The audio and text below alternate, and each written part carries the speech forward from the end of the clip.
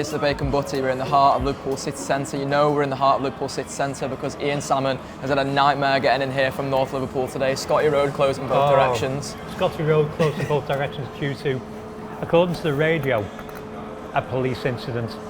I had to put local radio on, which is great, but they weren't playing any songs I liked, strangely enough. What are the odds?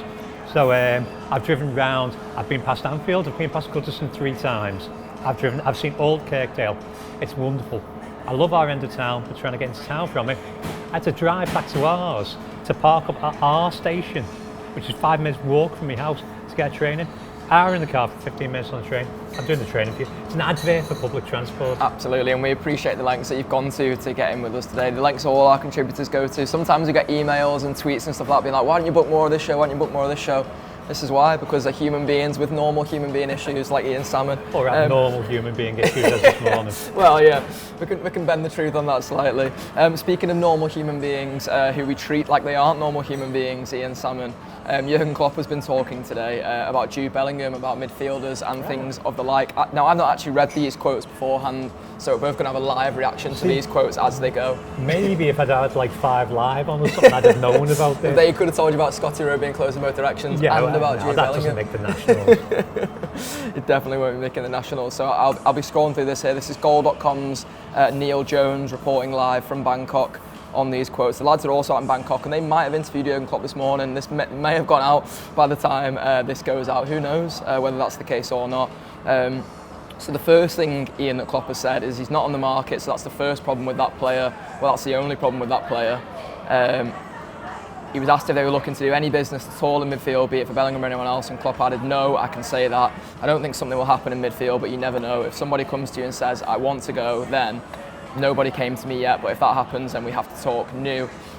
To be honest, there's not a load in that I think is necessarily new. I think we all sort of felt that the club saying they shut up shop for the summer was dependent on whether someone comes or goes. If Oxlade-Chamberlain decides to knock on his door tomorrow and says he wants to leave, then you imagine the situation changes slightly. But Bellingham not being on the market, if I'm playing devil's advocate, does that mean they've had a look? I think it means that we all.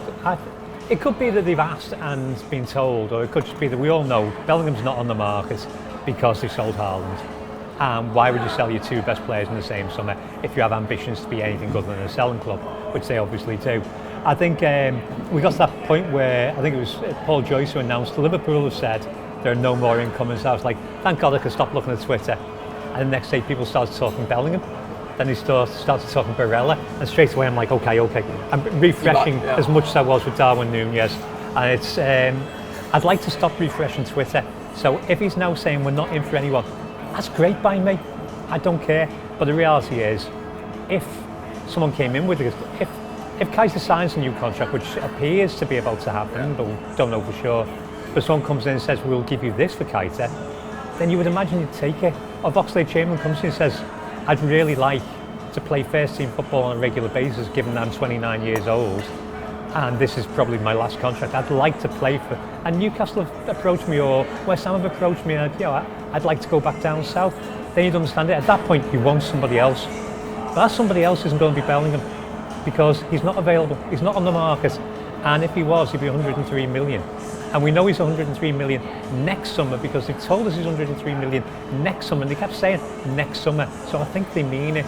I want Jude Bellingham to play for Liverpool, and Jude Bellingham might play for Liverpool, but he won't be doing it in September.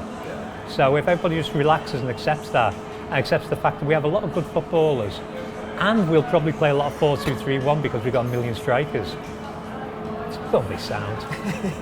This is why I like having you on gutters, Ian, because when Rob's getting excited about this transfer nonsense, you cut right through the bullshit of it. Well, honest to God, when I saw Joyce's tweet, the first thing I thought of was Rob. I thought that's one, Rob's going to be really disappointed. 2, that's a summer of content, and that's just you could have waited until like the end of August to tell us this. Absolutely. Well, it gives him a year full of content, I would say. Well, he's got Bellingham for a year summer. now. I'm sure we'll be throwing out a few gutters. All right, the Reds, to enjoy the rest of this video as well as all of our premium content, just click on the join button below and join our YouTube membership. You'll get all of our exclusive content, including our match previews, our post-match reaction, our exclusive interviews, and all the transfer chat about who is coming in and out. So yeah, share the journey with us, supporting Liverpool from the heart of the city. We're home, we're away. Come and share it with us. Up the Reds.